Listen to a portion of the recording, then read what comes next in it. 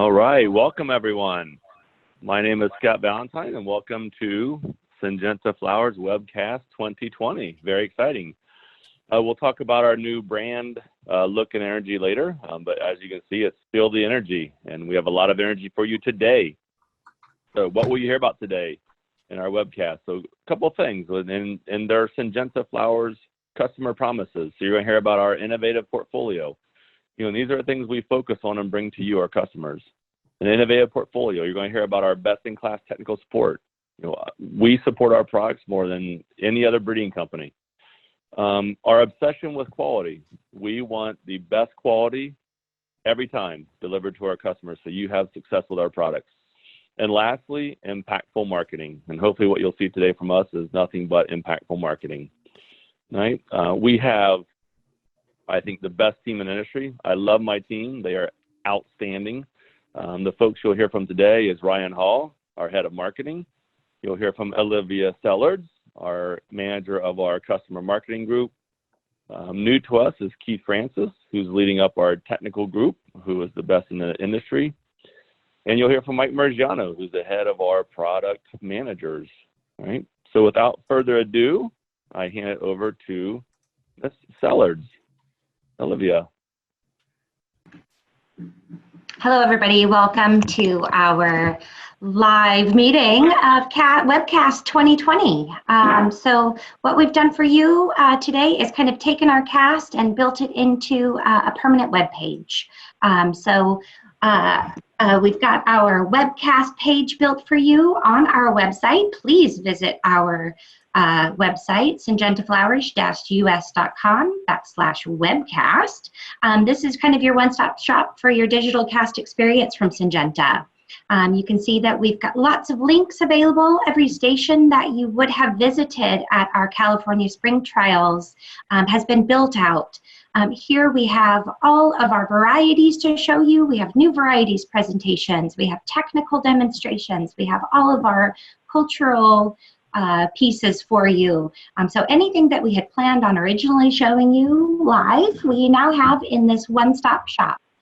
So thank you. Please continue to visit this after this meeting as well. It's going to live on our website and we will actually continue to build it out. Shelter in place also means that you can learn about all of our cool new varieties as well as some of our biggest what we call power brands, including Calliope and SunFinity. So please enjoy the show and your presenters. We are hosting a Q&A session, so please do use the question and answer button down below. We'll be monitoring throughout the cast presentation, and thanks for joining. Enjoy the show. I hand it off for new varieties to start right now. Awesome, thank you, Olivia. Just to a little technical, make sure everybody can see our start screen here and the website. Yes, great.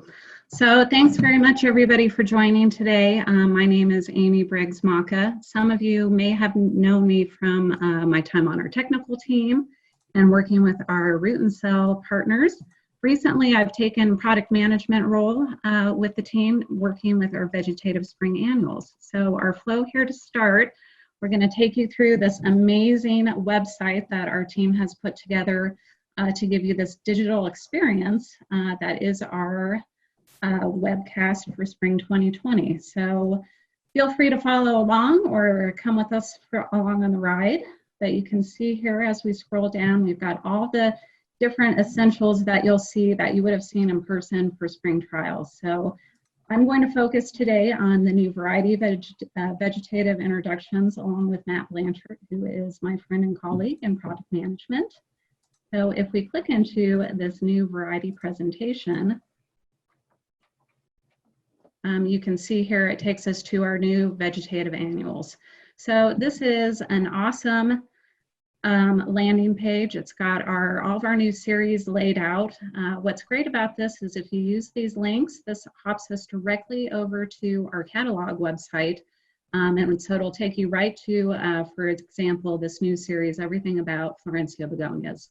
So you can see here we've got 5 new series in our vegetative assortment. We've got 39 new varieties and improvements, so a ton of stuff to go through. So with that, Sorry guys, I'm having a little technical difficulty pulling up my presentation, of course. Please bear with me. We're all new using this Zoom technology, so I'm sure everybody is having all of the same excitement.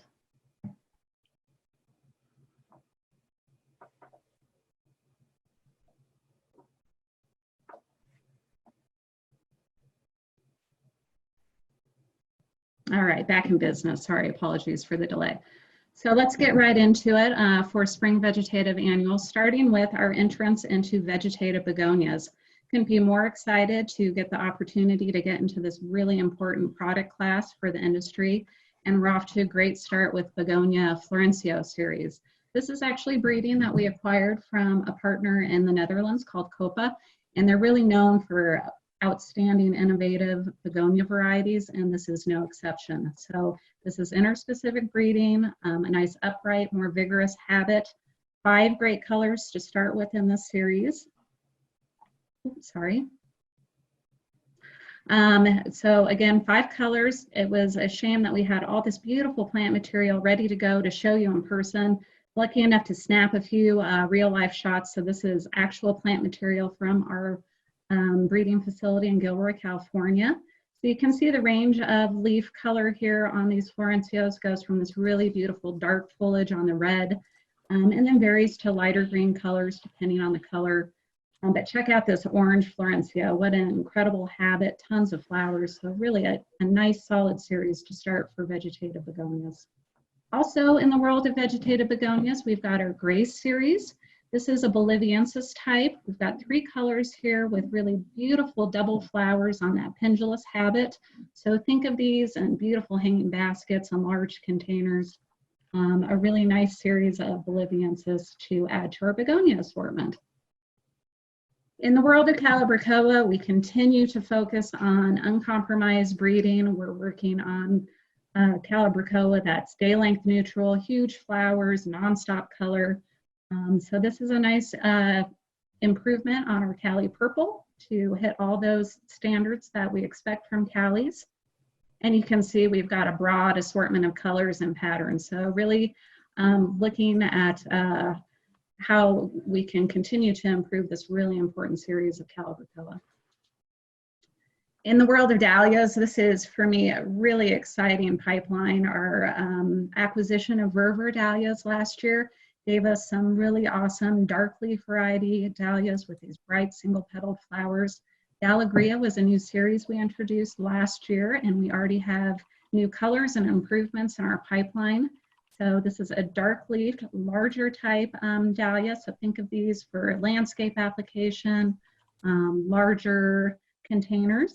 But we've got these awesome bicolors with this magenta bicolor, beautiful sunrise. The Dalagria red's been improved for a larger flower size on a tidier habit. And so you can see just the fun assortment of really bright colors. And then here with Happy Days dahlias, this is probably maybe a series that everybody's heard of. It's been on the market for a while, but it's also chock full of a ton of new innovative breeding with these really super bright, almost neon colors. So Happy Days is a little bit smaller in profile compared to Dalagria. So I think these make a great option for retail bench presentation, just that fun pop of color for impulse sales. One new color here is this Fuchsia Halo, also the Purple Improved. So you can see another nice assortment of colors. And another live shot from our cast plant product. You can see we're just on the cusp of having really beautiful color pop on this little girl before our show. Moving on to Tradewin Osteospermum. This is really a fantastic series. It's been around a while, but almost all of our varieties have been upgraded in the last 3 to 4 years. So if you haven't looked at Tradewinds in a while, I'd ask you to look at it again. It's not only great for very early season color, but it also has incredible heat tolerance, so really good flowering throughout the summer. As we work on new innovative colors, we've got this fun sunset, which is kind of a rose to copper color, but just a really fun variety. So you can see again for the Tradewin series, lots of good core colors along with some nice novelties. Petunias, of course, is an incredibly important class for the entire industry, but especially for Syngenta. Deco petunias is one of my favorite for landscape performance. So remember, decos are meant to be a more spreading, mounded type with a little bit smaller flowers, so they work great in the landscape. You don't get the lodging, flowers hold up to the weather. This is a great fun addition called Deco Banana. It's got a nice clear like yellow color, but it has a little bit of a red throat to it, so it gives a little bit more dynamic in the garden. It's really neat variety. So you can see we've got a nice color assortment working on these decos. They work great with our quick combos because they're a little bit more controlled in habit. So just an awesome series. Another really fun petunia introduction for us is Itsy Petunia. So she is tough and tiny, but don't let that name fool you because this variety also works great in baskets and larger pots, and that mounded habit just never loses that shape or color. Couldn't resist throwing in this picture from one of our field trials in Grand Rapids, Michigan. This was towards the end of the summer, and this variety never ran out of gas. Just a really rock solid, fun little introduction. For Scaevola, of course, we have our Bombay series, and these are definitely our best-in-class heat-loving varieties. They work great in combinations for our quick combos for those heat lovers in the summertime. Two new colors here. This is compact dark blue, so a little bit more mounded and tighter habit compared to the other Bombay varieties. A nice solid dark blue color. And then this yellow is a fun addition to the Bombay series. So that gives us 5 colors in total. You might think I'm a little bit of a plant nerd, but I actually really love this variety. The habit is amazing. The color is nonstop. The options to use this in combinations as a heat lover are fantastic. So this will be a really fun introduction for us. And last in our series, of course, is Lanai. Lanai is our benchmark for breeding, especially in terms of landscape performance and also best in class for disease resistance. We've got one new introduction with purple, and it really matches that Lanai prototype of large flowers, beautiful mounded plants, along with disease resistance. And then Lanai white has been improved for better branching, which of course means more flowers. So a nice improvement there. You can see we have a bold and large assortment of Lanais, some color and pattern for everybody. But maybe you need something that's a little bit more compact. So we also have our Lanai Compact series, which works great for smaller containers or if you're growing on a tighter bench spacing. Here we have added Candy Pink into the series, which gives us a nice add-on into our assortment for the Lanai. And then finally here we've got Lanai Upright. So these are our favorite verbena for growing in high density pot type production situations. A nice upright habit, so when you pull them apart on the bench, the plants hold together. They hold up great at retail with that really bright pop of color with the flowers. We've got 2 new colors in the uprights this year with this beautiful Merlot with eye and also this nice soft peach, and then an improvement for the purple with eye. And again, tons of colors to choose from with these Lanai varieties. So before I hand you off to Matt, we wanted to give you guys a quick view of what we're working on in quick combos. So definitely a place where we do a ton of trialing work. It's not good enough for us just to have a pretty combination, but we do a lot of upfront trialing, not only in the greenhouse, but also in the garden to make sure we're selecting plants that flower together and with components that work well together. So for this year, we've got 15 new quick combos, so 11 brand new mixes, and then 4 improvements. And as you can see, we've designated all of our quick combos into flower timing, so early, mid, or late. So as we scroll through here, you can see these beautiful and really fun combinations, bright colors for point of retail sales, really cute names. Thank you, Olivia Sellards, for your creativity. So lots of great options for early season, 6 options for new options for mid-season. One of my favorites here is that's the Spirit Mix if you're looking for something a little bit different for like that Memorial Day planning. So we go back. Sorry guys, I'm having more challenges navigating than I expected. So I just wanted to take us back here to our web page to show you guys really quickly our link for the quick combos while we're talking about it. So as you can see here, we've got everything designated into mid, late, and quick late season quick combos. And if you click on any of these product overviews, it takes you directly to our catalog page, which is awesome.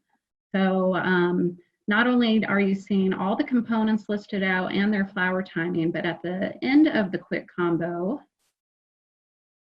we have this amazing at a glance chart. So really use this as you're planning your product for next spring, knowing you're picking the right varieties for the time of year that you need to ship. And it gives you that nice breakdown on components too. So with that, I would be very happy to hand off to my friend Matt Blanchard, and he is going to take you guys through our new geranium introductions. Okay, thank you, Amy. If you can stop sharing, I can share my desktop. Okay, I'll introduce myself as Amy did. I'm Amy's friend and colleague, Vegetative Product Manager. I manage for Syngenta our Impatiens, our Diplodenia, poinsettias, and our vegetative geraniums. And today I'm excited to talk to you about our new vegetative geranium introductions. We have 13 new varieties that we're launching this year and 1 improvement. So let's get to it. As you know, Syngenta offers both interspecific, zonal, and ivy geraniums. Hold on a second, this screen is not advancing. There we go. Sorry about that. Syngenta offers both interspecific, zonals, and ivy geraniums, and we are proud to introduce 1 new series of interspecific geraniums named Caldera. For those of you who are familiar with our Caliente geraniums, you will also like Caldera. Caldera is similar to Caliente, but with a spreading habit. Caldera has 3 colors in the series, a pink, red, and salmon. And it really has this beautiful dark foliage and these vibrant flower colors that we just find quite striking. Because Caldera is a vigorous spreading geranium, we recommend this for large pot sizes and also hanging baskets. Here's some photographs showing Caldera in trials. The top left is a Caldera combo with the red, pink, and salmon. And on the right is Caldera pink. And you can see how great it looks like in these balcony planters. It really has this spreading, prostrate, hanging habit that really pops out. Great for balcony pots. We also think that this will do really well in landscapes because it will occupy a large square footage and really spread nicely over the ground. The bottom photograph shows Caldera in gallon pots. You can see the 3 colors, pink, red, and salmon. All of our culture information, not only for Caldera, but all of our other geraniums can be found online at syngentaflowers-us.com. And for example, here's a great information, culture information that our technical services team has written. This has all of our highlights of how to grow Caldera, from PGRs to technical tips to timing information and how to schedule this. A great new series that we encourage you all to give it a chance. The next new variety is an addition to our Calliope Medium series. Our Calliope Medium series is one of our top selling series for Syngenta. Calliope Medium is an interspecific geranium series that does well in 1.25 to 2.5 quart pots. And this year we have 1 new addition to this series, and that's Calliope Medium Cherry, a beautiful flower color against dark foliage. Here's a photograph of Calliope Medium Cherry in hanging baskets on the left and in a 2.5 quart pot on the right. You can see how beautiful that flower color is. That large double flower against the dark foliage creates some wonderful contrast.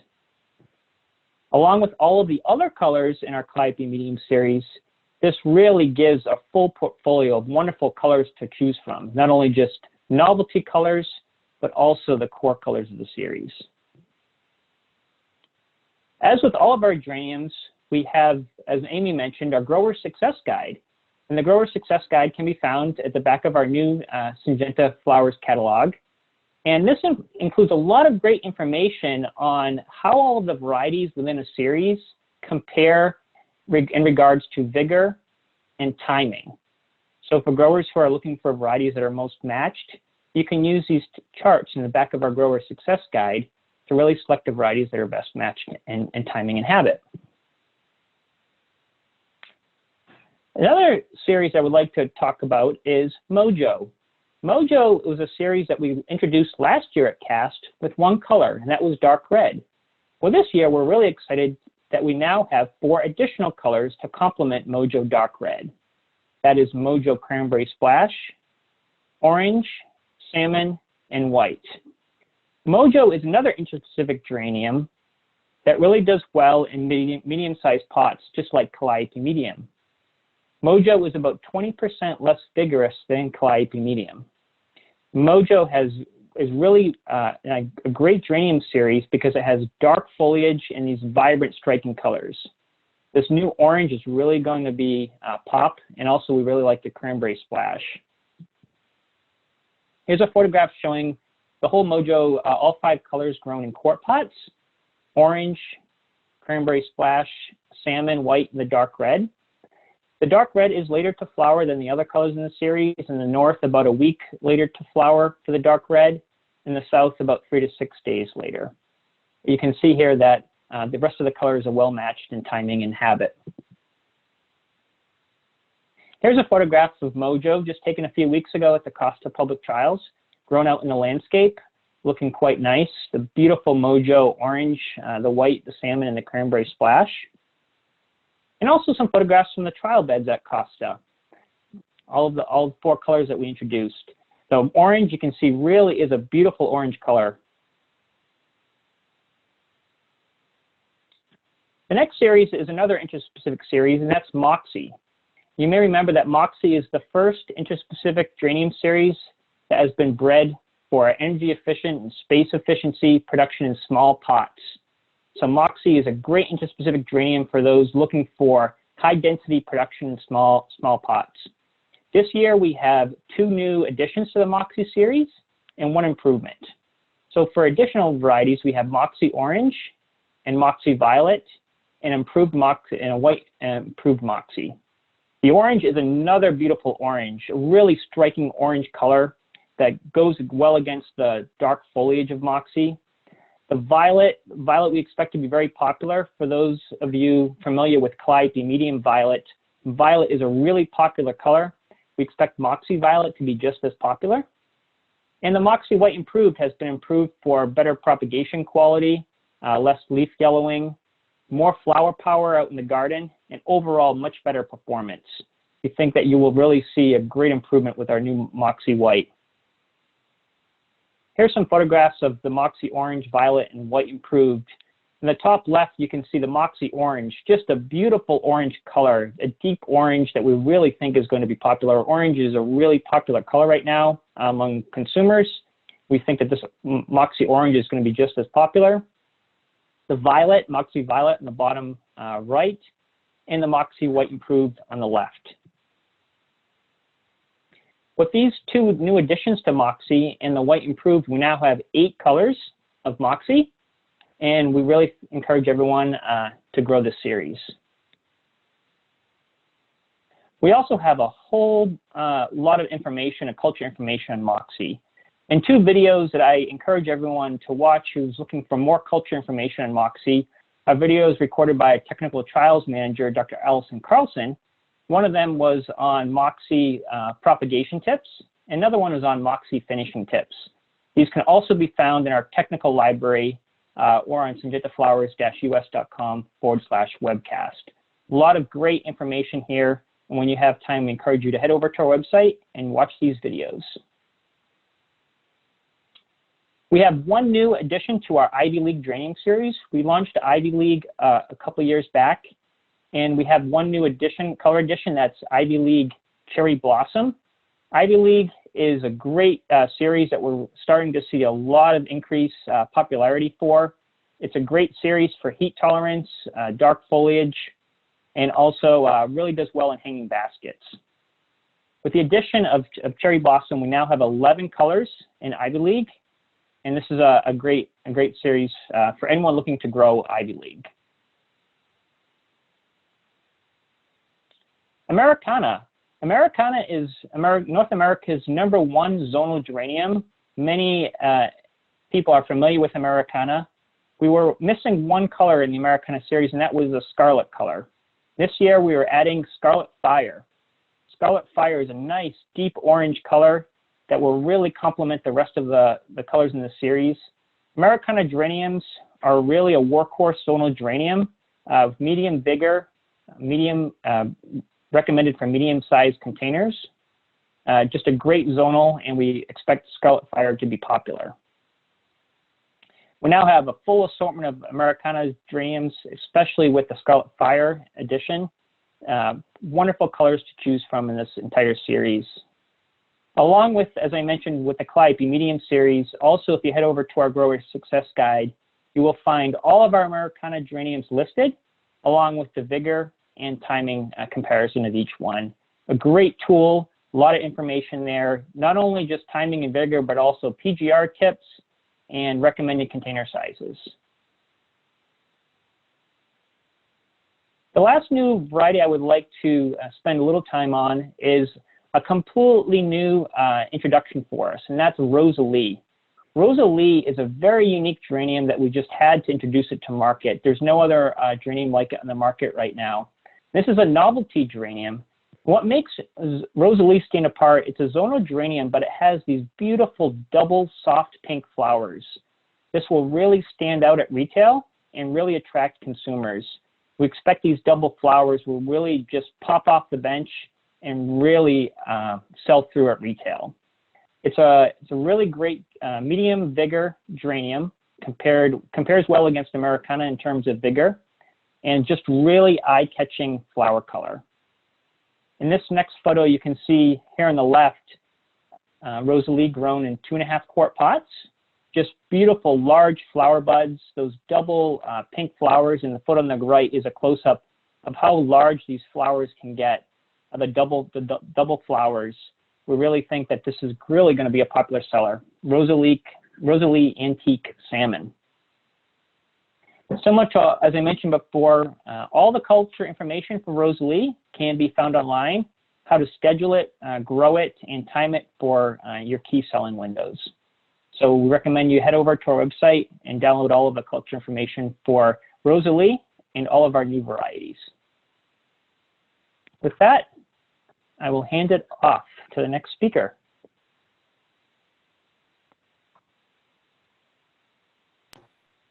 Alrighty, folks, give me 1 second and we're going to talk hydrangeas.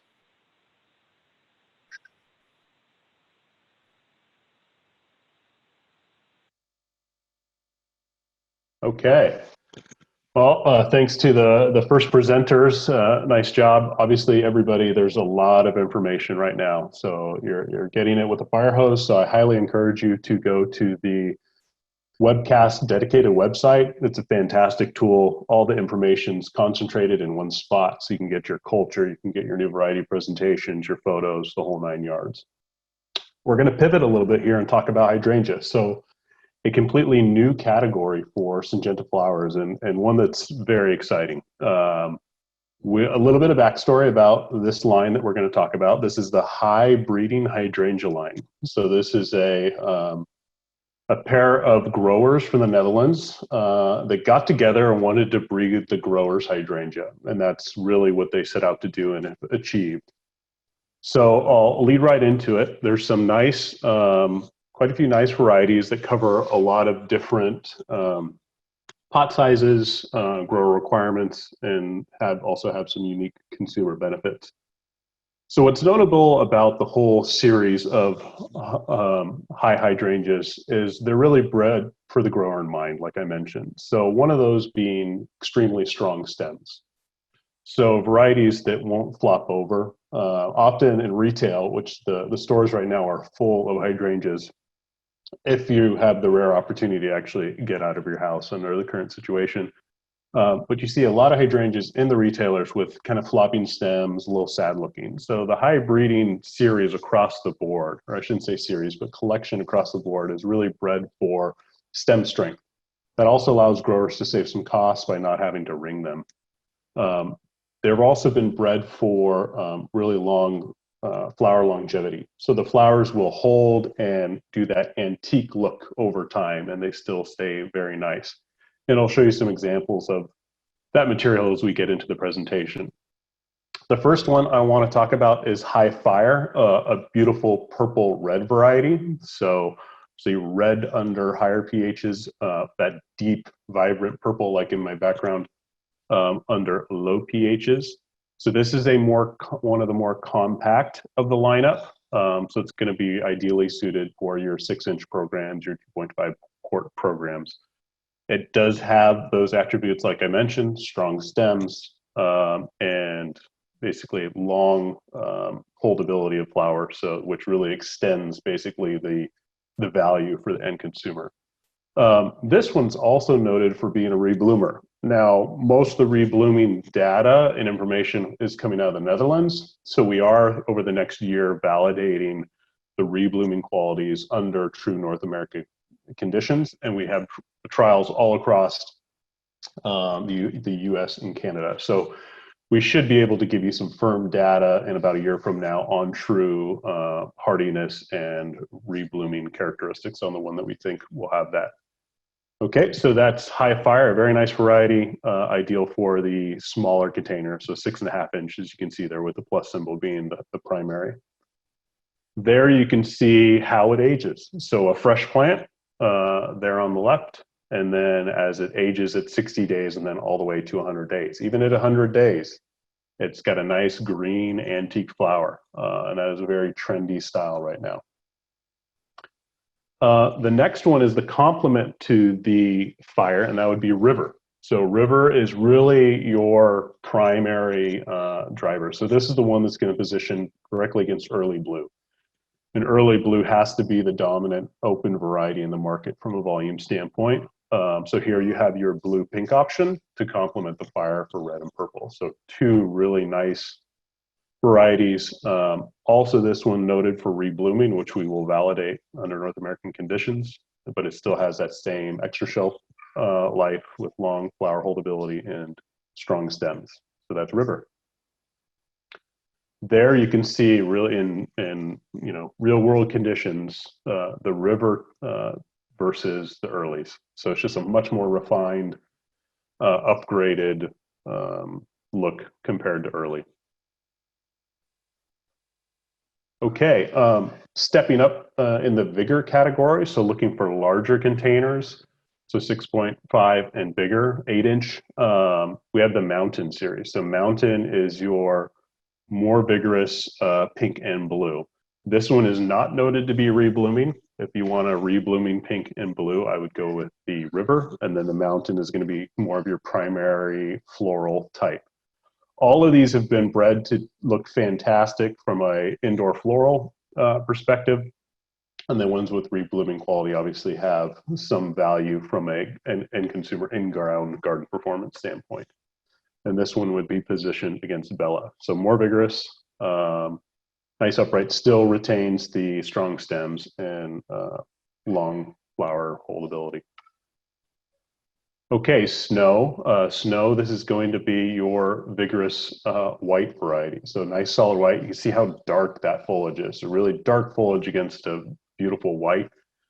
I know when I was shopping for hydrangeas for my garden, I had the hardest time finding white mobhead hydrangeas. So excited to see some new breeding and advanced breeding in this category with a solid, really nice white against that dark foliage. So again, this one complements the Mountain from a vigor standpoint, large flowers, dark foliage, and again, holds that same strong stem and long flower shelf life. And then this one we're also noting is potentially being reblooming, but needs to be validated. Lastly, kind of a unique one, this is Sugar. This is the most vigorous out of the category. So this is going to be for 6.5 inch and larger. This is a pink that only stays pink. So even under acidic conditions, it'll remain pink and won't go blue, which is quite unique. We're also going to be exploring this and doing the different multiple colored combos. So this could be a nice tool in that scenario if you're looking for multicolor hydrangea combinations. So this is high sugar. Also one noted for better heat performance. So we'll definitely validate that under southern conditions through the summer. Real quickly before I end, what's kind of unique about Hydrangea and Syngenta and how we came together was our ability to supply a professional unrooted cutting. So as you know, we have our farm in Florida, in Alva. It's for many, many years supplied the market with mum cuttings. And we've started to explore new crops, especially crops that cannot come offshore, to be supplied out of that farm. So Hydrangea is one of the crops that's going to complement the mum season there, and we'll be shipping URCs out of the Alva farm. Those will be available next year. There's some trials were shipped out this year.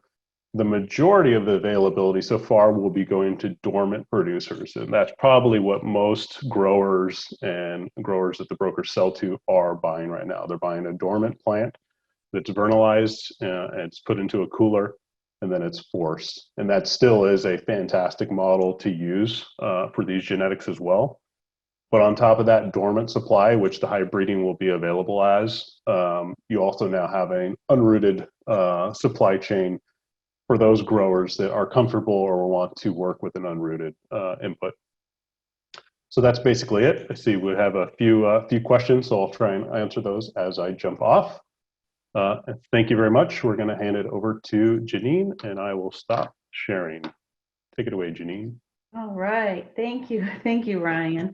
I appreciate the few extra minutes here. So let me get up here and bring my presentation up. So hopefully y'all can see that right now. Oop, I got to push share. There we go. All right. I'm Janine Bogart, and I'm the business lead for the Home and Garden Vegetable Program. And there's a lot been going on this last year. And as you can see up front here, we have a new look and feel for Vegetalise with a new brand here, a logo. And this is really important because when we brought the program over from we bought it from Flora Nova, it was known as Vegetalise, and it was really specific to the patio edibles.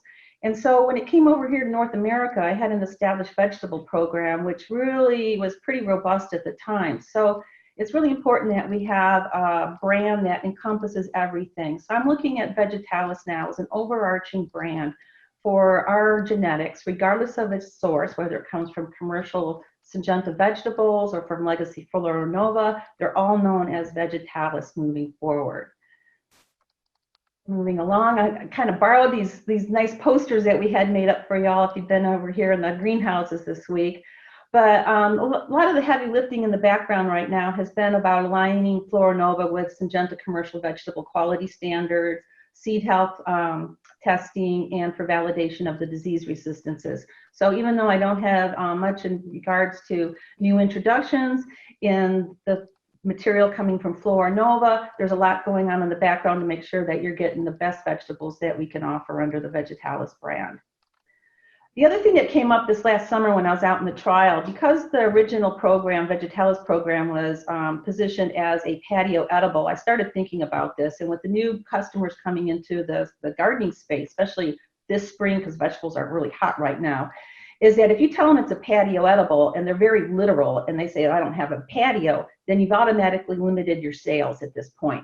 So I think it's really important that we start looking at this. And I was looking at them in the field, I was looking at them in the container trial, and I'm like, these vegetables do well everywhere. So I started looking at in terms of plant habits. So we have small space vegetables now and more traditional space vegetables. And so when I looked at the two product lines I was pulling from, I found that some of these Flora Nova varieties were really indeterminate tomatoes, really need to be in a traditional space. And then I had things in coming out of commercial veg, which was really appropriate for small space gardening, such as prism kale. So anyway, don't look at it in terms of where the genetics come from, but how you actually use the genetics. And for the bedding plant grower who are getting into vegetables, I think it's really important that these vegetables do well in a wide range of container sizes, whether you offer them in packs, small pots, or even into the patio containers. These small space vegetables, there's a lot of opportunities for sales, not just as a patio edible. So keep that in mind when you're making your assortment. We had made up these really cool little decision trees for you guys. They're available on our wonderful little website there. The questions I always get are, how do you position these tomatoes and peppers into specific programs? So for the commercial grower, you're going to be looking at basket programs, cage programs, and small pot programs. I have my recommendations here. And then if you get more on the retail side, consumers come in and they're looking for tomatoes for specific purposes. So I've segmented them out that way. So this is a wonderful little tool for you to use. And the same thing with the peppers. We have basket program recommendations, cage program recommendations, and you can never have enough hot peppers. You know, you got people who really like hot peppers and you got people who won't take them, but people who love them buy them a lot. So the mildest we have is Pacome jalapeno, which is jalapeno being mild, all the way up to atomic, which is really off the charts. We're not quite as bad as the Scotch bonnet, but 90,000 Scovilles, how much hotter do you need, to tell you the truth? So anyway, moving along, I have a lot of new introductions. These all came from the commercial unit. I have 22 new varieties here, but I'm not going to go into all of them. I'm just going to hit on some highlights here for you that would be important for the bedding plant segment. This is Mountain Man, and it's going to be a replacement for Mountain Spring. I was really sad to hear that Mountain Spring was going to be phased out, but I'm really excited to see Mountain Man take its place. Next up is Simplicity. What's really nice about this is working with commercial veg is they breed for specific regions, and this one is bred for the southeastern market. It will do well across the nation, but it was really meant for that southeastern market for the fall, winter, and spring cycles, from when you go into retail into the home and garden. And then we have this really cool little cocktail size one, Determinate Habit. This is Nabib. I'm really excited about this. And then we have a bunch of really cool stuff. We have a red Brussels sprouts. You guys know that there was red Brussels sprouts out there? We have them. Then we have a purple cauliflower. This is the purple. We have some great new peppers. I'm really proud of Snack Hero, which is our All-America Selections winner. It's a nice snack pea. What a lot of people don't realize is snap peas do wonderful in hanging baskets and patio containers. So if you haven't tried them in a hanging basket yet, this is ideal situation for it. Looks like a green bean, tastes like a snap pea. And then I was really excited when we acquired Abbott and Cobb, because they have pumpkins, and I love pumpkins. We have tall, small pumpkins, round, small pumpkins. We got tall, large pumpkins. We got round, large pumpkins, and we got medium-sized pumpkins. So we got pumpkins for everybody. And on top of it, next year, if you're following the year of programs with the National Garden Bureau, next year is 2021, is the year of the green bean, and I have green beans, lots of green beans. And then Abbott and Cobb was known for their sweet corn. If you're into sweet corn, we have some of the best sweet corn out there in the market right now. So I encourage you to go online. You can download this presentation afterwards and get a closer look at these varieties, or call me personally, and I'd be happy to walk you through them. What I want to queue up next is about the fertility trials that we've been working on, Dr. Allison Carlson and I. And in the past, I had been doing what I call the How Small Can You Grow trial, which is very exciting, about how small can you take a plant before it starts to impact fruit size and fruit yields. Well, the next thing I started noticing in my trial is fertility, and really what is the best fertility program for growing vegetables. And I see a lot of times that because it's convenient, you're growing flowers, you figure the vegetables, it needs feed, and you start feeding it. And really, it's not the best thing. So Allison and I put together a series of a trial, which I'm going to hand it off to Allison to join me on this. Are you there, Allison? Yes, I am. All right. So, all right. So yeah, as you know, Janine was explaining, we partnered together with our trialing team in Gilroy. Hey, Cecilia and Megan, and we designed this great trial to look at, how a typical feed rates for flowers affects our vegetable quality. So, the nutritional needs of vegetables and ornamental flowering plants are different. In order to produce the strongest, highest quality, and most floriferous, which means more fruits, fruiting plant. So, and usually that comes down to wanting a plant with a controlled height, compact growth, just how do we regulate that growth? And since the use of plant growth regulators with veggies is really limited, there's other options that you have to employ to get that kind of control. Some of those are limiting nitrogen, reducing your irrigation frequency, and targeting the proper balance of N, P, and K in your fertilizer. So, you know, we've got our SunFinity sunflower here, and then a vegetable plant, and they're really just like they're like total opposites. Anyone who's grown SunFinity knows that it loves feed and it loves water, and just, you know, it has a lot of inputs. It loves to take it all in. But with our tomatoes, you know, you want to limit that nitrogen to get a nice stacked nodes and stem calipers, and reduce that irrigation frequency to keep it nice and controlled and compact and sturdy. So we'll go into what we did here for our trial. So, you know, typically me and my team, we work with flowers. So this was our one of our initial forays into vegetables, which we're very much looking forward to doing even more vegetable trials. But what we did, Janine gave some great recommendations for what varieties to use. So we had tomatoes and peppers. For tomatoes, we wanted to look at 2 different habits. So we have 2 upright tomatoes that have an upright habit, Better Bush and Summer Last, and then a trailing type, Red Profusion, and then 2 peppers, a sweet pepper and a hot pepper. And then the treatments that we had were no fertilizer and a 50 ppm nitrogen and 200 ppm nitrogen. These were some of the young plants that we saw. So these photos were taken 4 weeks after transplant in a 3 3/4 inch pot. So basically what you see here, the trend is that without any additional fertilizer, with just the starter charge that was in the substrate, it's enough to create a nice, healthy young plant with a controlled habit. Even just an extra 50 ppm of nitrogen from a 20-10-20 was enough it pushed a lot of growth that wasn't really necessary for this plant stage. So we saw that with Better Bush and Summer Last here. Yeah, what I really like about this, Allison, is this is the stage of growth that most growers are going to go to retail with. So I think this is very relevant. And if you can get away without putting any additional fertilizer on it, it's money in the pocket, but it also is better for the plant. Absolutely. Yeah. And then the same trend with our trailing tomato as well. A little bit of height control there with just using the starter charge that's in the substrate. Yeah. All right.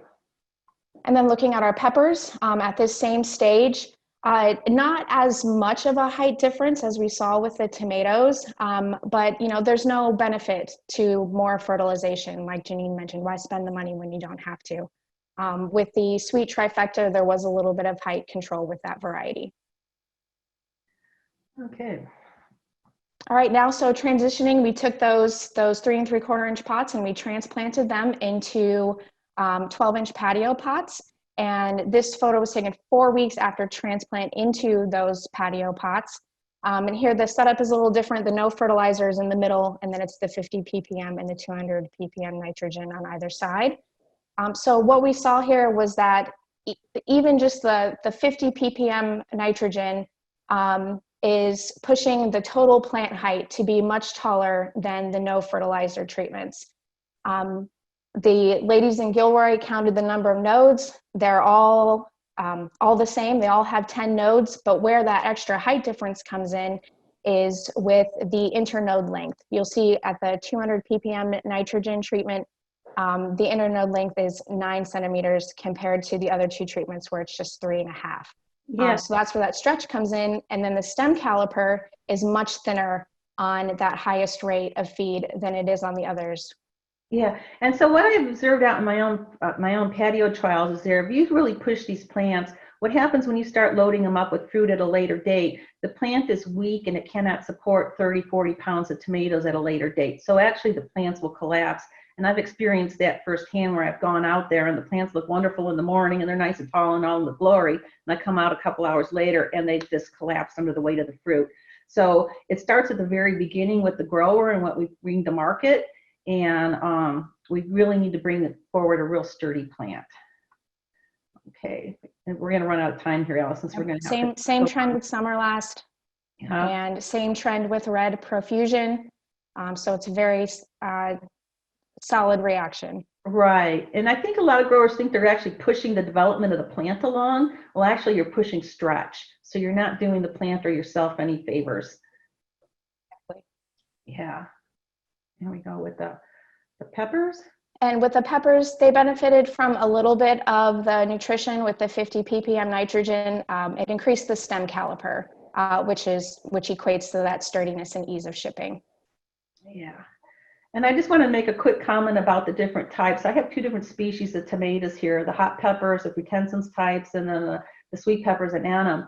And what happens with the annum types is that you think you're getting stretch on the plant, but actually the plant is making room for the developing fruit. It's going to set fruit at the node. So if you have a 4-inch pepper being formed there, you're going to need about 4 inches of stem length in order to accommodate that fruit. Otherwise, the fruit is going to be really stacked. Whereas something like the hot peppers, they tend to be more upward facing fruit. So you don't have that,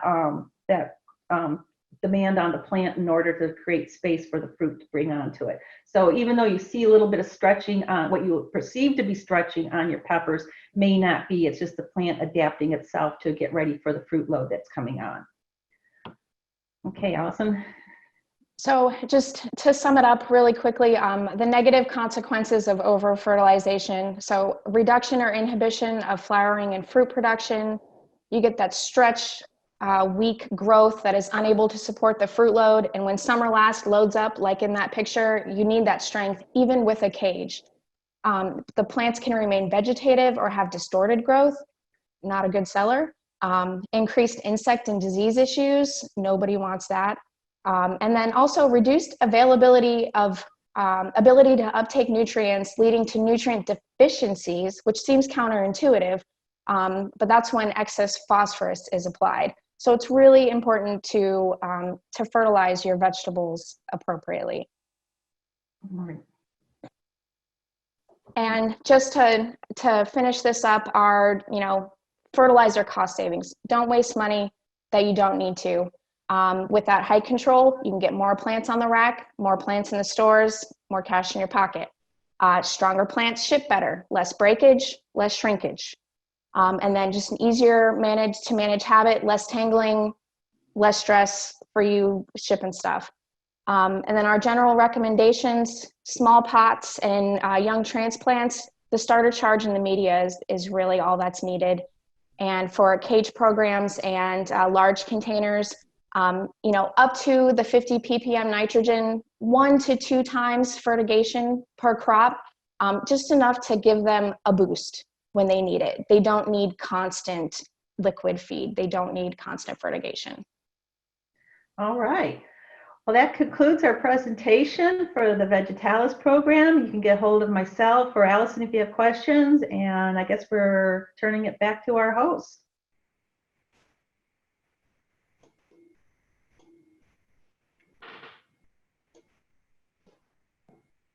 Okay, are we on?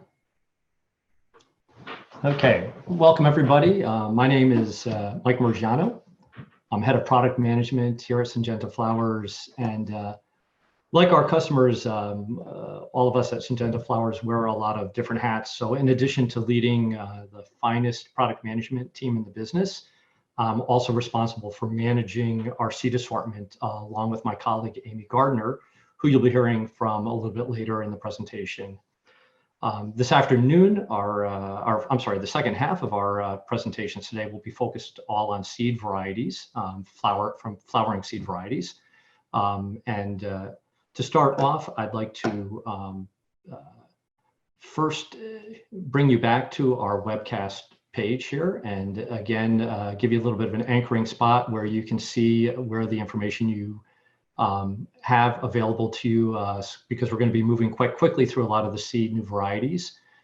So you can see where all of that information is available for you to find. So again, on the left side under the links at the midsection of the webcast page, you can see new variety seed. And if you click on that link, it should bring you over to this landing page here, where it focuses on our new seed series, and also gives you links into some of the more specific products in our assortment that are all new this year. And So, but for now, I'm going to move over to the new varieties presentation from seed. We'll have about a half an hour to go through our new color additions, as well as 3 important new series launches. And the last part of the presentation on seed new varieties will be focused specifically on our 2 most important new series of petunias that will be launching in 2020, our flash forward and photo finish spreading petunias. This year we have over 55 new varieties and mixes, and that includes those 2 new petunias, as well as one new marigold series, a French marigold series called Happy. Again, as I go through this presentation, I'll skip quickly over a number of the introductions just to save time so that we can dive a little more deeply into some of the more significant launches. As a starting point, we have a new color to our Sriracha Kufia series. Beautiful, bold new color to that series, great for heat applications, a wonderful product for the South. And we're hoping that this new color will add a lot of retail interest into this class. It's a great consumer product. Going to the opposite end of the seasonal spectrum and heat spectrum, we have our Venti Parfait series. And Venti Parfait is an extra large flowered Dianthus chinensis series. It's alongside of our Parfait series, which are more traditionally sized flowers. And we have 2 new colors to add to the Venti range. There's a blueberry eye, as well as the strawberry shades that you see photoed in the photographs here. And what's really nice about these varieties are the really bold colors that they have. Bicolors are by far #1 sellers in the chinensis class, especially for impulse sales. These products are great in packs. They're compact in branching and easy to manage with PGRs, and still have a large flower that drives retail sales in the early part of the season. So something really worth looking at as a great impulse item, and also a nice, good garden performing variety under more moderate times of the year, temperature wise. Next, we have an improvement into our Pinto Premium seed geranium range. Pinto Premium is the #1 selling seed geranium in the market. And this upgrade to the deep rose is one for improved earliness, more reliable earliness, and also a brighter and deeper color. We also have a color addition to our Jaguar Gerbera series and some new white to go into the range. The importance of this white is more in adding brightness to the mixes that are very popular parts of the grower assortment in Gerbera. Jaguar is the premier variety for quart applications. It has very short flower stems, multi-flowering, easy to rack, and highly programmable, so that it can be produced to hit key flowering dates and at high densities and bench run sales. You can see the wide range of colors in the Jaguar series already. It's one of the distinguishing features of Jaguar is that there are so many colors and that they all have a very tight bloom window and early flowering for easy mass production. Last year, we made full launch of our Cora XDR range. And this year, we have no new colors, but we already have the widest color range offered in a disease, downy mildew resistance Impatiens series. So Amara now, this year, we've added 5 new designer mixes. And we know that mixes are some of the top selling varieties in Impatiens, especially for bedding Impatiens. So having the quick and easy availability of these mixes, we hope is something that will really broaden the grower and retail assortment. And also one of the key points about Amara is having this full range of colors means that there's little need for you to look to other non-resistant series to round out your assortment for the grower and retail level. So it reduces the risk of having downy mildew enter into your production or into the retail or consumers' gardens. So again, Amara is a fantastic product, very strong resistance to downy mildew. I'll cover it in a little bit more depth at the latter part of this presentation when we go into some of our core and power brands. So the new varieties are all the mixes this year that we're offering. You can see the complete assortment here. So again, covering all the core colors that you need in an Impatiens series, as well as some unique designer type mixes and stars bicolors that add great retail interest to this garden favorite. Illumia is a French marigold series that right now is an anemone type, and we only offer a few novelty colors in it. So this is one worth looking at, the creme brulee, for a unique bicolor French marigold to add to the retail assortment. I do want to speak a little bit longer about our new crested series. It's the Happy series.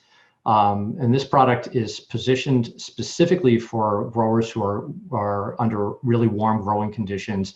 For southern growers, etc., where a non-stretching dwarf plant habit is a real advantage.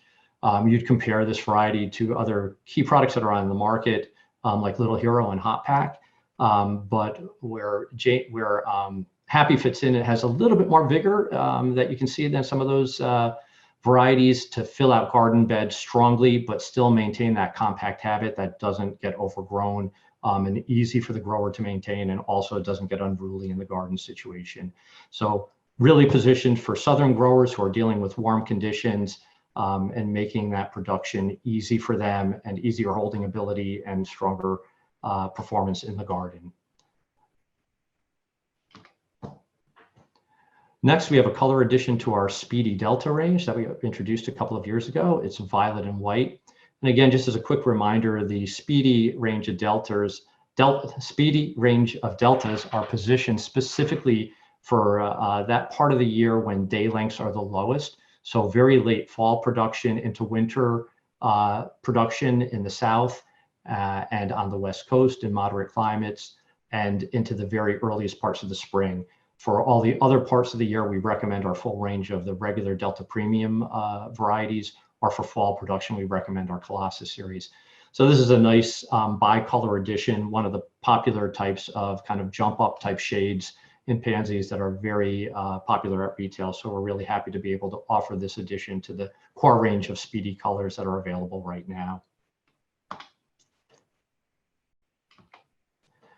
In our spreading assortment from the Flora Nova breeding, we have the free fall range of mounding and spreading pansies. And in our traditional free fall type, which has a smaller flower class, but has that very nice mounded habit that holds well at retail and is very easy for growers to manage, we've added a core color here, and that's the True Blue.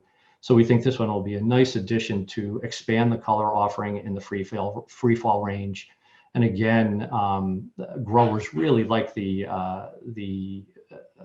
compact and holding ability that this series offers.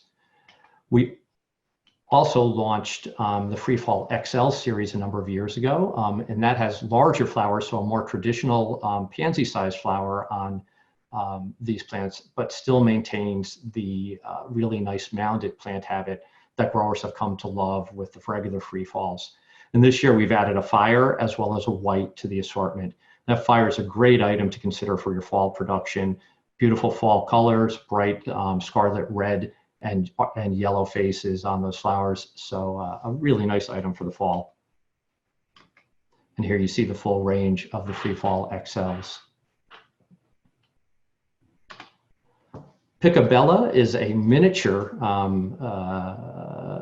Petunia. It has tiny leaves, tiny flowers, and again, this is a type really good for packs or small pots for impulse sales. It's a great patio container item.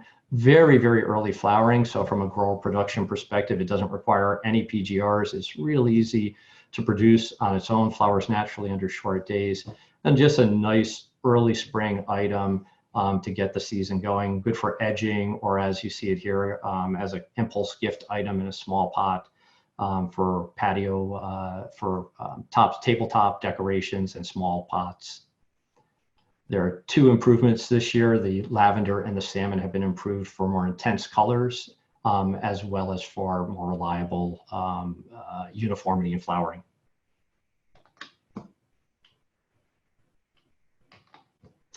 In our Damask Multiflora Petunia series, this is a compact, genetic compact series. So it's a type that doesn't stretch, requires very few, if any, PGRs. So really good holding ability for packs. We've upgraded the white. And although it's counterintuitive, we've actually made it a little bit later flowering than the white that it's replacing. The reason for that is that this one was going a little bit too fast compared to the other colors in the series. So it now matches better with the rest of the assortment. They're still very early flowering, and they hold really well at retail and in the garden where they're very low maintenance. So that's the improvement in damask white improved. Core range of colors in this series, it's really bred for the high density, large volume bedding plant use.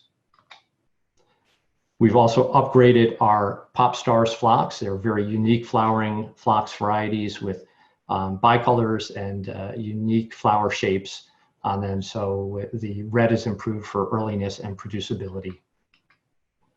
In our ranunculus assortment, we've added a new color to Mache. Syngenta Flowers has one of the most popular ranunculus assortments on the market. Mache is bred for quart containers up to 2.5 quart sizes. So it's a more traditional, vigorous growing variety. Great early spring item where it really welcomes the season. And these unique bicolors and shades really add some great interest to the retail assortment.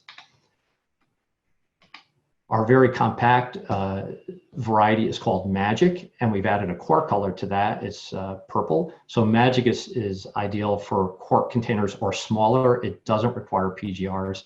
So it's a really grower-friendly product, very easy to ship and very easy to retail as an impulse item at an attractive price point for consumers, and also to have available easily at the early part of the spring season.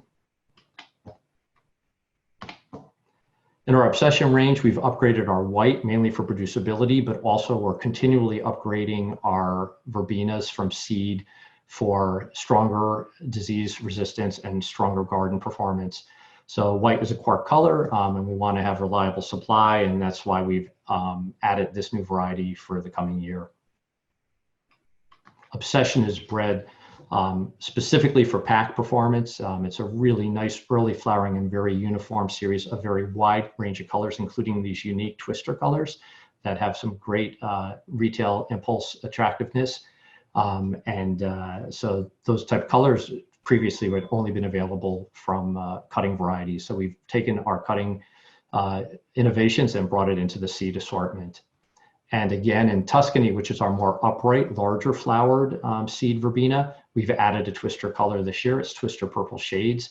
Again, you can see that really unique flower color coming from vegetative varieties now available in seed. So these are nearing cutting quality as far as the look and feel of the Tuscany type plant habit. Large flowers, upright habit, great for small pots and for a quality product from seed.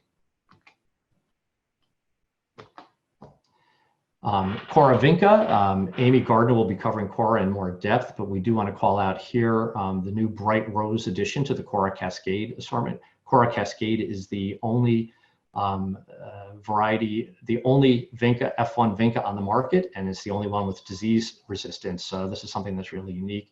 The added disease resistance gives it really good vigor for filling out pots, and the F1 hybrid vigor helps as well. And we've been lacking this color in the assortment, so the bright rose is a really welcome addition to a vibrant color for spring sales and summer sales. We've also have an apricot to add to the Cora XDR range. Again, Amy will go into more detail about Cora XDR when she takes over the presentation for me shortly. But a key color to add to the XDR range, so we're excited to have that addition to Cora XDR. And finally, in our violas, we have 2 upgrades to the penny assortment, a violet improved, which is a deeper, a brighter color violet, and an orange improved. And both of these offer improved earliness as well as branching and stronger plant fill. Penny is our #1 of the top-selling viola, and really works very well under warm conditions. Great for typical North American heat production in the fall. Has robust plants that stand up to the elements and flower profusely in the garden. You can see the wide range of colors offered in Penny.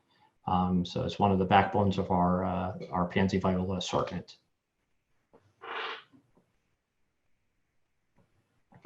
So now I'd like to move on to as I mentioned, our two most significant Petunia introductions this year. First one that I'll cover is our Flash Forward Spreading Milliflora Petunia series. And Flash Forward, as many of you are probably familiar with our Picabella Cascade range of petunias, and Flash Forward is a upgrade and replacement to that series. And in speaking with sales reps and growers in our business, Picabella Cascade seems to have been one of the most underrated, underappreciated, well, most appreciated but underrated spreading petunias on the market. And we're hoping that with the launch of Flash Forward, it will give us all an opportunity to talk to retailers and consumers about what we feel is one of the best performing petunias on the market. While it has diminutive flowers and leaves, the plant is by no means lacking the vigor that it needs to be a great performer in the garden.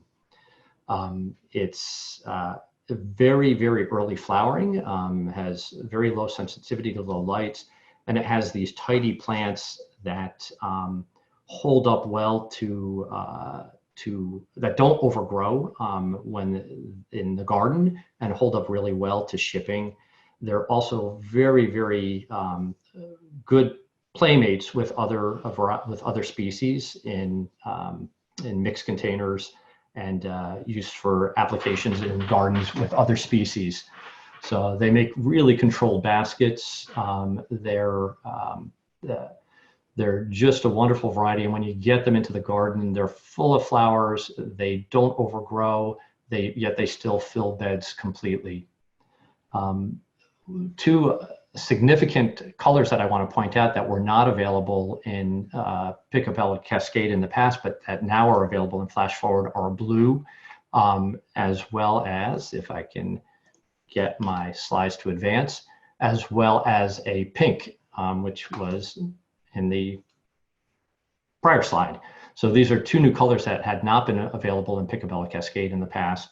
And also, one of the complaints that we had about Picabella Cascade were a lack of vibrant colors. There were too many soft colors in the range. And in the new Flash Forward, we offer a burgundy, which is a really deep, intense color. We offer this deep pink, which is a really bright color, the blue, the red.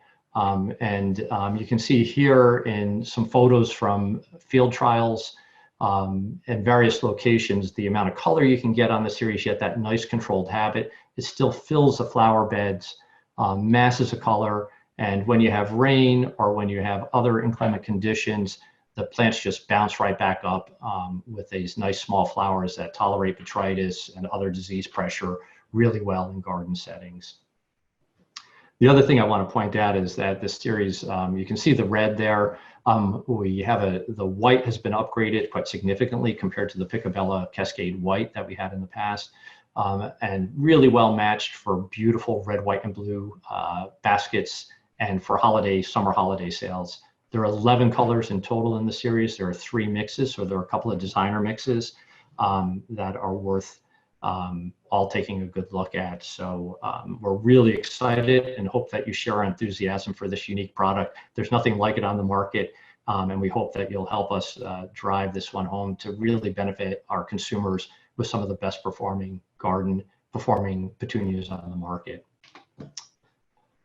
Moving on to photo finish, it's a more traditional spreading petunia, but by no means old-fashioned.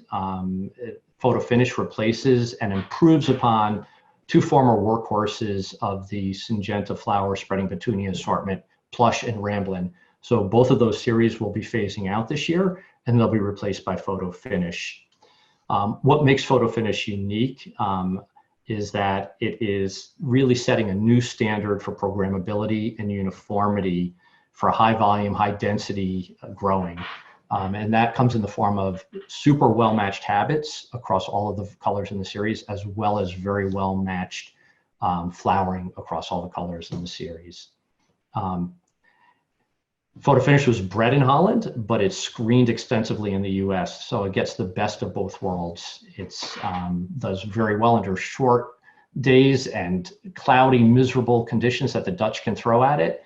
But then you put it out into the heat of the southeastern United States or across the southern US, and it does incredibly well, has the vigor and the flowering to stand up to those kind of stressful conditions to perform well in the garden. And while there are other really good spreading petunias out in the market, I think what Photo Finish does is it picks that sweet spot. It's a little bit less vigorous than some of the more vigorous growing types, but far more vigorous than the early flowering, very early flowering types that are on the market. So it gives consumers what they expect to get when they're buying a spreading petunia.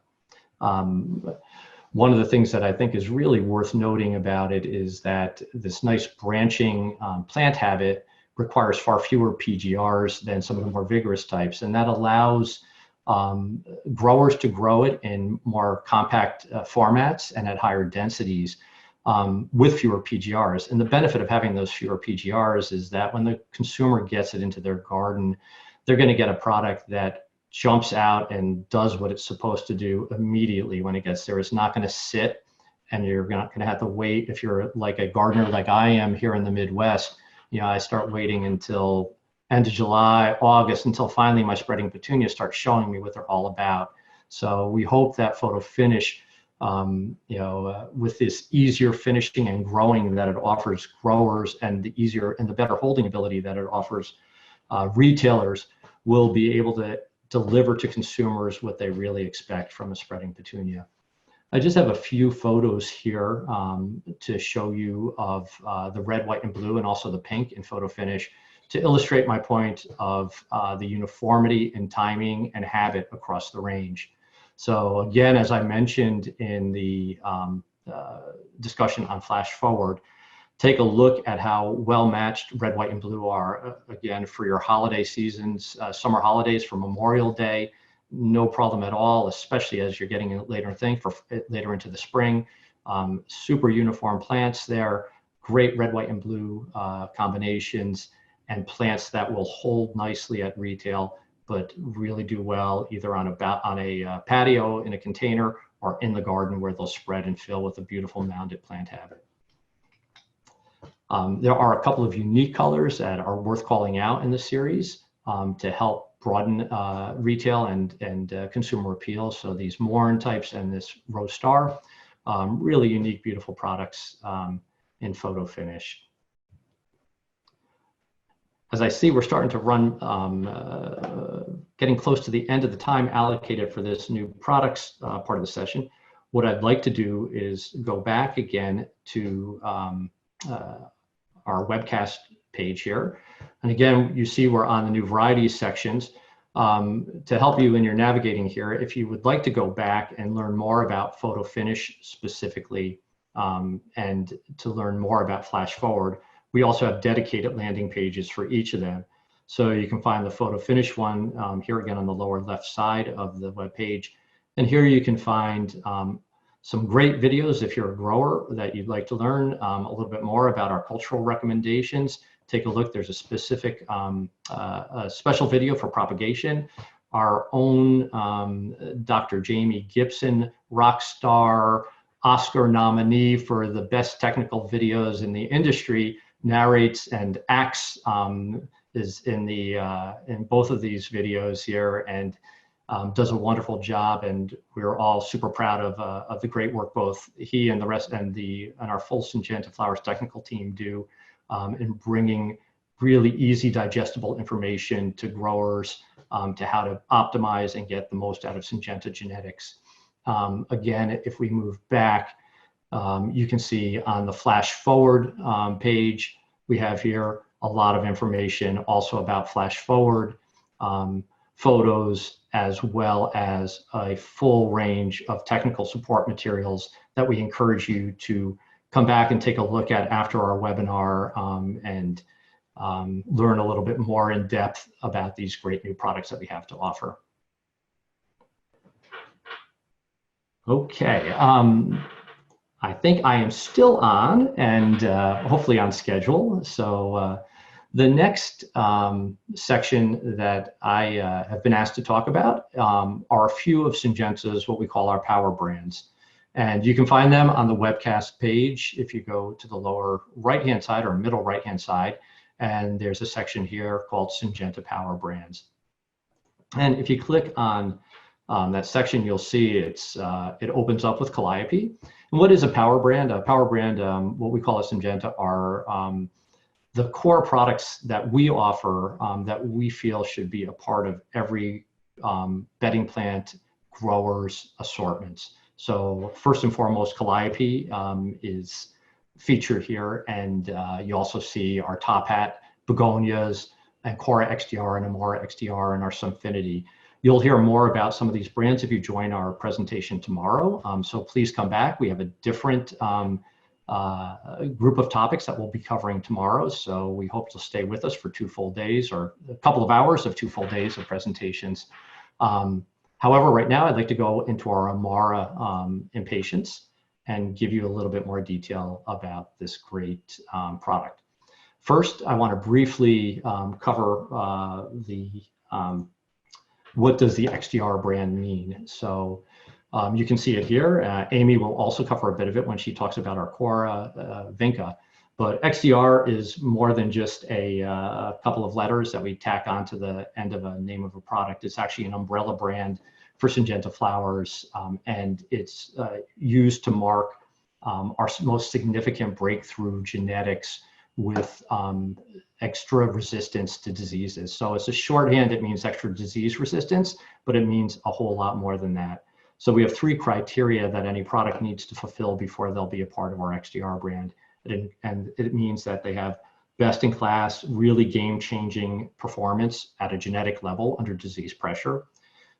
It also means that anything that gets this brand has rigorous controlled testing for that disease resistance, not only in laboratory settings, but absolutely in laboratory settings and controlled laboratory settings, but also in field settings. So real-life situations where growers and consumers will have to deal with their various disease pests. And finally, and most importantly for us, is that we have independent verification of our testing. So we want to make sure that we're not putting anything out there that hasn't been quality controlled by a third-party independent expert in the field. And in the case of Amara, we work with Cornell University's the Long Island Horticultural Research Extension Center to test all of our Amara varieties and confirm that they display the same level of high resistance that we see in them in our internal trials. So I started this discussion assuming that you know what Amara is, and Amara is the first Impatiens to come to market with a high degree of resistance to downy mildew. And I'd like to just show a quick video from our website. There are some other really nice videos here that we'd love to have you visit and take a look at. But because we know everyone has different internet connectivity, to avoid the perhaps garbled sound, et cetera, we're not showing any of those right now. But I think this one here, which is just a silent video showing how Amara performs under disease pressure in our internal trials. Let's see if I can get that up to full screen for you. Here it goes. So you can see this is a field in the UK where we did our trialing of one of our locations where we did trialing of Amara. And you can see on the left the resistant varieties, and on the right you can see the non-resistant varieties. So again, we know that's fast. We hope you go back to the website and take a look at it so that, and review our videos here so you can see a little bit more about how wonderfully Amara performs. However, I would like to take you over to my presentation here and quickly give you a overview of some more information about Amara and a little bit more tips and tricks about this great product and what we see. So first, one of the things I'd like to remind you all is that Amara has actually been on the market for 2.5 to 3 years now. So we have millions of seeds worth of experience around the world, and millions and hundreds and thousands of experiences with trials and gardens across the world to show just how wonderfully this product does in taking back the shade. So starting from 2018, I just have a few photos here to show you from various trial gardens, botanical gardens, etc., and growers showing how well Amara has performed over the years. So here you see some trial grounds in Europe, just showing what Amara is doing. It looks like any other Impatiens out there. Few weeds growing through it, just like you see in your own garden, right? And some really beautiful colors, masses of color on the plants, unique colors and core colors, really vibrant in the landscape. This is a trial ground in Europe where you can actually see on the right here where a susceptible variety was planted in between. And look at that, it's no longer there. The weeds are living. The flowers of Amara are going strong. On the left, you can also see a variety in the center where these two gentlemen are looking at the plants of a susceptible variety that's going down from downy mildew, and the Amara varieties on either side going strong. And here you can see, as they're picking through the leaves, the downy mildew on the leaves of the susceptible plant. Going to the U.S., this is just a quick overview of a semi-time-lapsed view of our trials at our Vero Beach, Florida trialing location where plants have been inoculated with the fungicide. And again, all of these photos are with plants that have not been treated with fungicides. That's not what we recommend, and I'll get into that at the end of my presentation. But in our trialing, we never inoculate our plants. We always inoculate our plants. We never treat them with fungicides. So we're looking at pure genetic performance in these trials here. So on the top, you can see Amara over a 12-week period in our Florida location in the winter time where, and on the lower level, you see a non-resistant variety and the ravages that the Impatiens downy mildew does. And you can see as it's growing on, there's no real heavy downy mildew pressure in the early stages. Plants look okay, but as soon as you get into that early to midwinter period in Florida where the conditions are ripe for downy mildew spread, you see the susceptible variety completely defoliating and dying.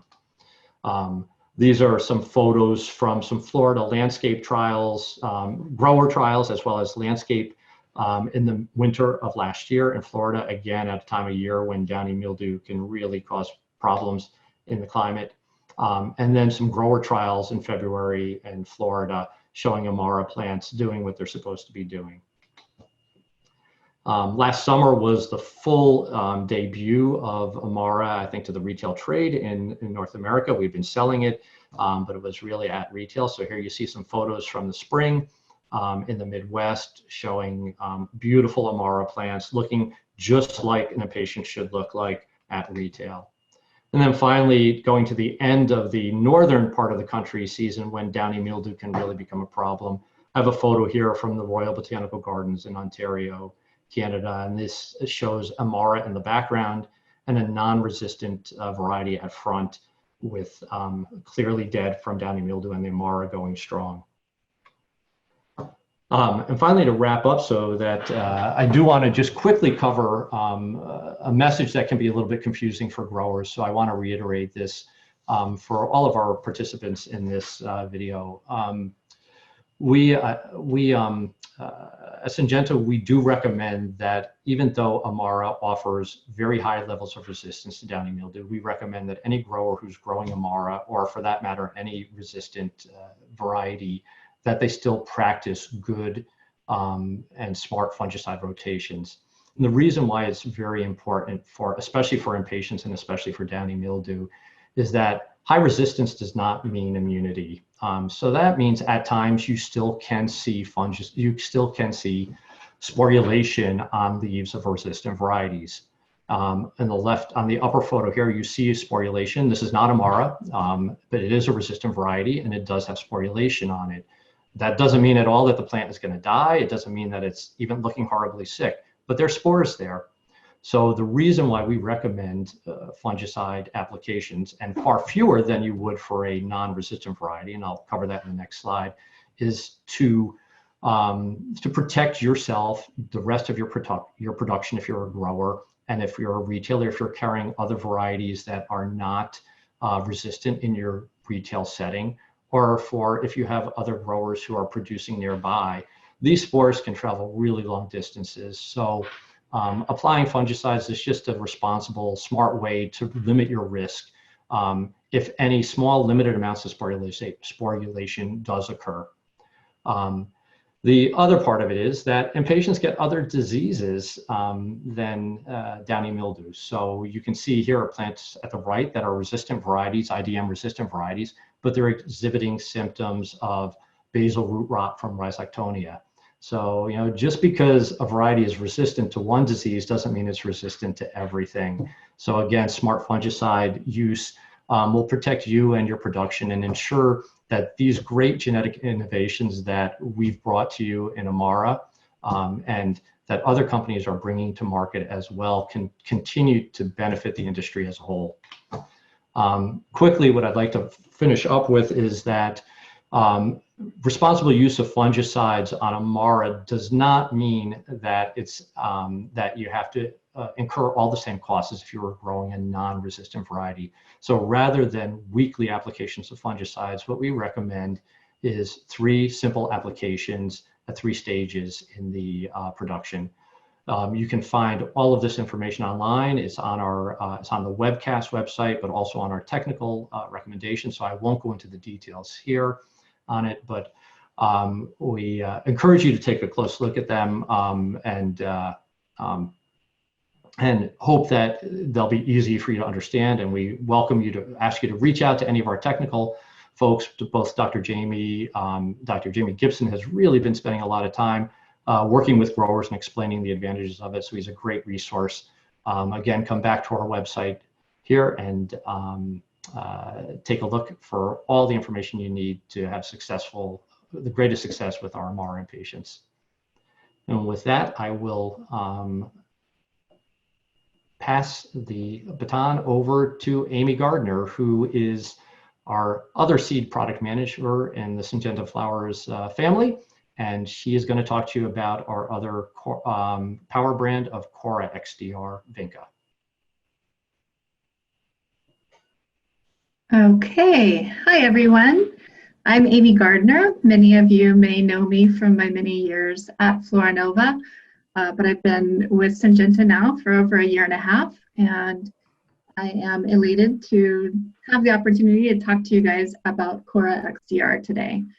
Vinca is a class of flowers which is very near and dear to my heart, and also a class which Syngenta is extremely rich in. When you look at the OP varieties, going over to F1 non-disease resistant, and then of course to our flagship series, which is Cora XDR. So I will go ahead and share this with you now. That working okay?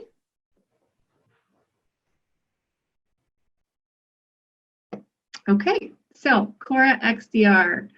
There are 3 main aspects that you really need to keep in mind when you're looking at Cora XDR, and the reason that it is one of our power brands.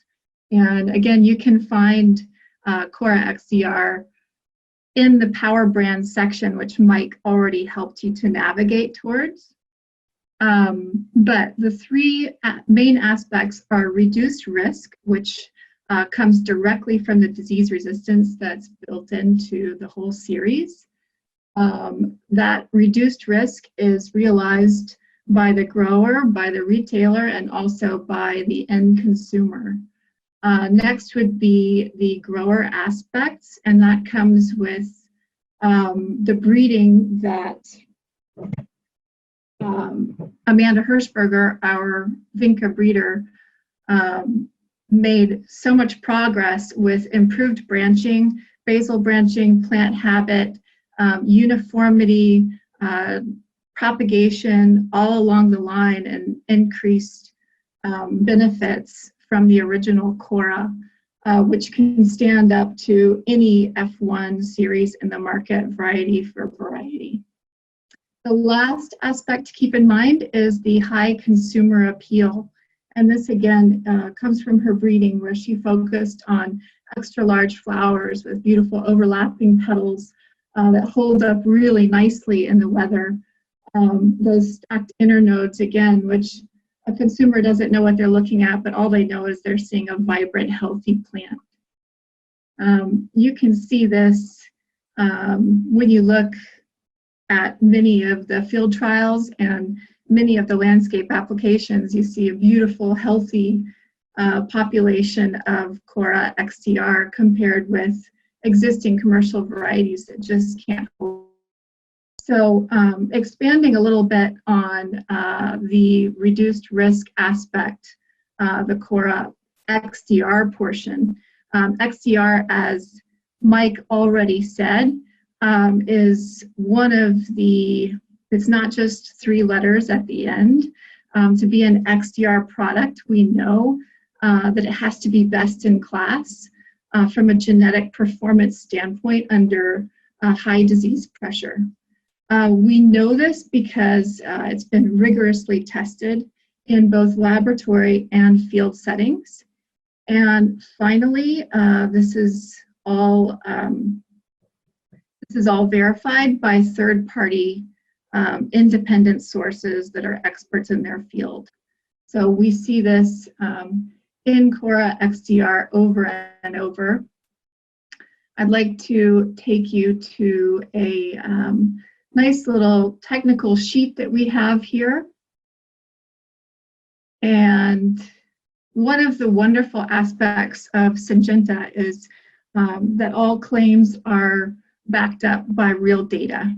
So in this nice little tech sheet here, you'll see our Cora XDR, a beautiful seedling tray here of vibrant looking healthy plants compared to the only other disease resistant series in the market. And as you can see, there's a stark difference there. In the third picture, you'll see Cora XDR on the left planted out into a transplant pack with the competitor on the right. And truly, pictures tell 1,000 words. I'd also like to bring the attention to this chart here on the left-hand side, which again really brings the attention to our data-driven claims. On the x-axis here, you can see this is actually how we rate during our breeding and development program disease resistance. So going from 0 to 5, you can see the disease pressure showing up. 0 being absolutely healthy, no symptomatic plants whatsoever, and 5 being completely dead. So as you can see on the bottom here on the y-axis, all of our Cora XDR varieties coming in at less than 0.5.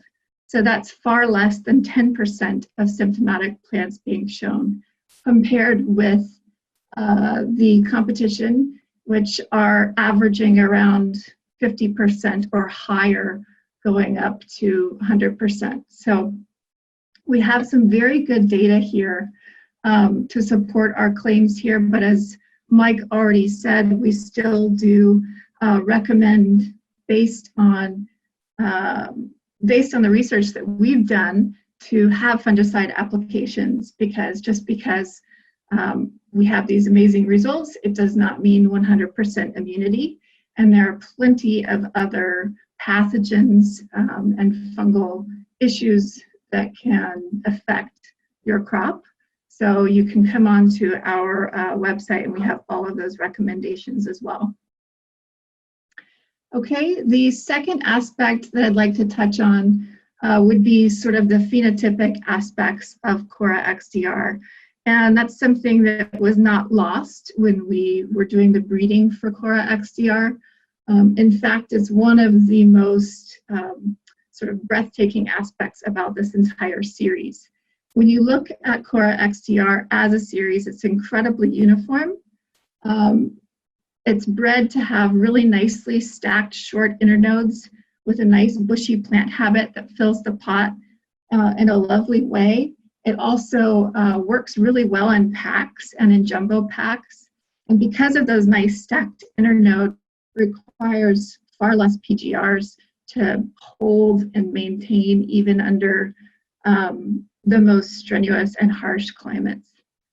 You can see this extend into the landscape when you see it planted out, in places like Florida and Texas and everywhere that Vinca is planted.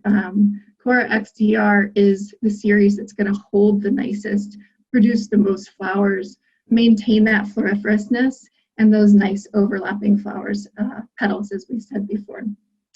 Here you'll see the assortment at a glance. Amanda also did a beautiful job extending the color range of the series. So this year we have the new apricot, which is a nice rich apricot with a bold red eye.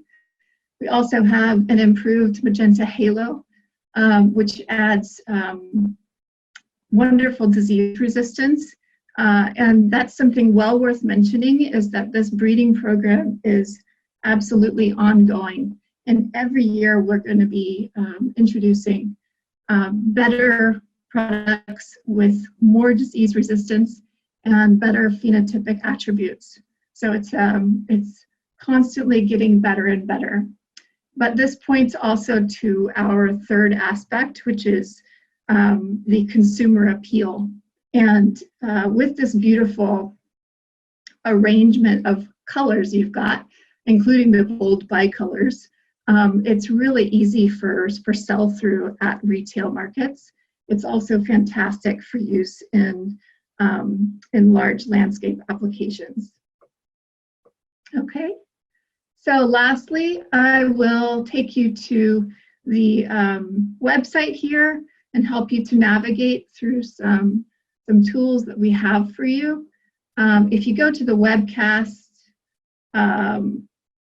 site right here and you go up to tools and support, you can then navigate to the documents library. And in the documents library, you'll find a plethora of different tools, including catalogs and culture guides, and also the cell sheets. Go to the cell sheets, type in Cora XDR, and you've got a fantastic tool to share with your team or with your retailers or customers. Okay, so with that, that covers Cora XDR, why it's one of our power brands, the three main attributes to keep in mind, and the ongoing breeding and improvements that we have coming for you guys. Next on the docket, I believe we have Dr. Allison Carlson, and she's going to tell you a bit about SunFinity. All right, thank you. Okay, last but certainly not least, we're finishing up the day with SunFinity Sunflower. Many of you who know me know that SunFinity is one of my absolute favorite flowers, so it is definitely a pleasure to talk about this. So here we have our Syngenta Power Brands website, and we've got SunFinity right here. So, you know, we have so much information, especially culture information, for how to best grow the most awesome SunFinity that's just going to fly off the retail shelves. So on our website, our awesome Marcom team has put it all together here in our SunFinity Power Brands page. And when you click on that, it opens up our SunFinity landing page that is full of amazing information. The technical trialing team and technical services has put so much support and effort into this product to really make sure that our customers have the best experience, and that also the consumers, our home gardeners, have the best experience as well. So on this page, there's our SunFinity PGR guide. Still, that's where we get the most questions from. So I'll be covering some tips and tricks with PGRs, but here's where you can find this that we're going to discuss. We've also made some excellent SunFinity video culture pieces on plug production, finishing, and then specifically on pinching, which is very important. I think they're fantastic videos. Check them out and you'll find out why. Hint, you'll see me again. But definitely like great content, and really just boils it down to the key points of how to produce the best SunFinity. You can even download the videos if you want to take them on the go. We have our growing support tools, so our culture guide, and then the PGR guide again. And then lots of sales support tools, sell sheets, like Amy just showed for Vinca. We have an order form for grower sales and POP material, and even a sell sheet for retail. So we have a lot of great information to support SunFinity. But okay, what is SunFinity? All right, why are we so pumped about it still after it's been launched for going on 3 years now? We still get jazzed about it because there's nothing else out there like it on the market. It is a annual sunflower from seed, an interspecific hybrid, and it blooms and branches all season long, 9 to 12 weeks of performance. Continuous blooms all season long, over 100 blooms on a plant. Yes, we did count. And 100 is conservative. This plant is amazing. It's tremendous in its production. It's very easy to care for the consumer. Fast growing, which can be a challenge for our growers, which is why we have excellent resources for PGRs. But that means the consumer has an excellent experience with SunFinity. It's a great cut flower. You know, consumers can cut it, bring it inside, and it's versatile. It can go in the garden bed or in patio containers. And you know, we have our great Syngenta website, but we also have a consumer-facing website called My SunFinity that supports our home gardeners and answers questions that they have about caring for their SunFinity as well. So not only are we supporting our grower customers, but we're also supporting our home gardeners. Another great piece to check out is our culture guide. So we've done a ton of technical trialing around this, around SunFinity to figure out the best culture practices. And this is really where all of our information lies. So it's a great companion to the videos. So everything from plug production all the way through, it's like excellent pictures, all the way through to the finish culture, you know, PGRs, when to pinch, how to pinch, photo period recommendations, light those plugs. That's the key. And trial information that really drives home these points of why we recommend what we do and why we pinch. The pinch is very important to get that nice branching habit in control. So I'm going to finish off with SunFinity with some pro tips on PGRs and the seasonality of what PGRs to use and the concentrations to use when. Because SunFinity can really be produced from you know, early spring sales all the way through to the fall. It's you know, not positioned for any one season. It can be produced all the time, all year round. So what we have here on our PGR guide is, you know, we really wanted to show why we recommend three different applications of PGRs and how that changes over the seasons. So we have our control here that got 0 PGRs. This is like worst case scenario, what we never want to see. You know, it's stretched and it's weak and it's, you know, lighter in color, and that would be horrendous to try to ship. Half of it would break before it even got to the store. So obviously we want to prevent that. This second treatment that we did was to show how critical the final drench at cracking color that we recommend is. So we recommend a PGR after the pinch, like a week or two after the pinch, once the lateral buds are a few centimeters, you know, an inch or two long, to help control that flush that it does after it's pinched, you know, to create a nice habit. And then the second time is at visible bud. So once you can start to see little pea-sized buds in there at the ends of the branches, that's another time that you want to hit it, because that's a key growth phase for SunFinity. And then the third time is at cracking color, which is another time where it pushes out another flush of growth. And this treatment shows what happens when you miss that final drench at cracking color.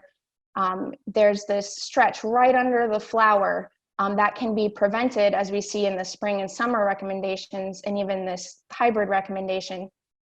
If you apply it at cracking color, it helps to prevent that stretch.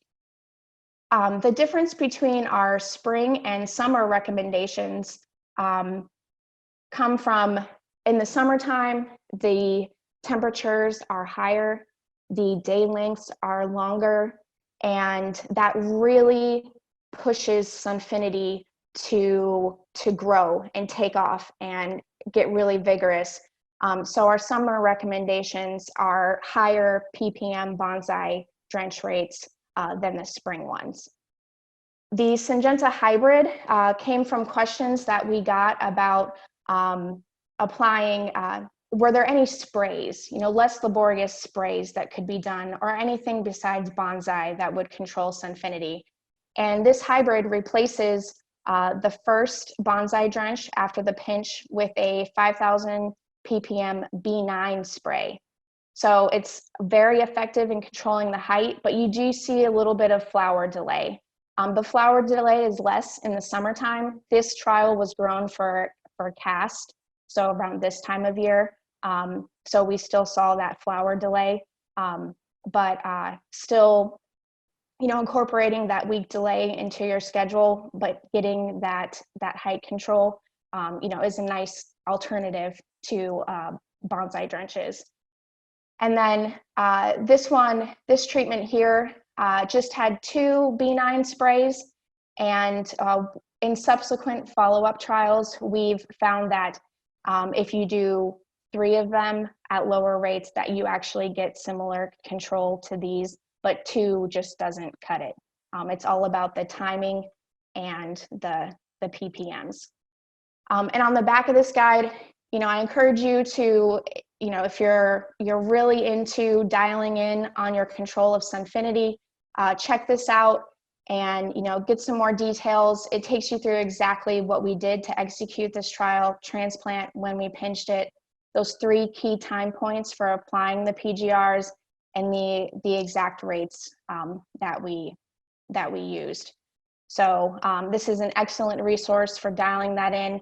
And of course, our technical services team and myself are always a resource to you if you have questions about building your SunFinity schedule.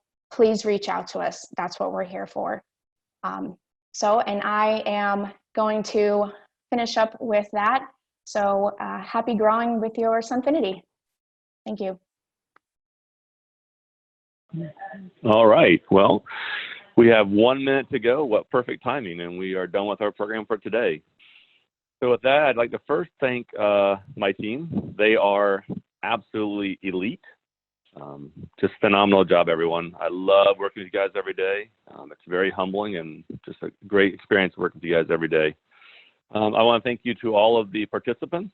We had nearly, I think, over 300 participants on today's call. So thank you for hanging in there with us. You had some great questions that were all answered on the Q&A. With that, we will close. Remember, tomorrow, call back. We have part 2 of our 2020 webcast starting at 9:00 a.m. Pacific Standard Time. All right, everyone, be safe, and we will talk to you tomorrow. Thank you.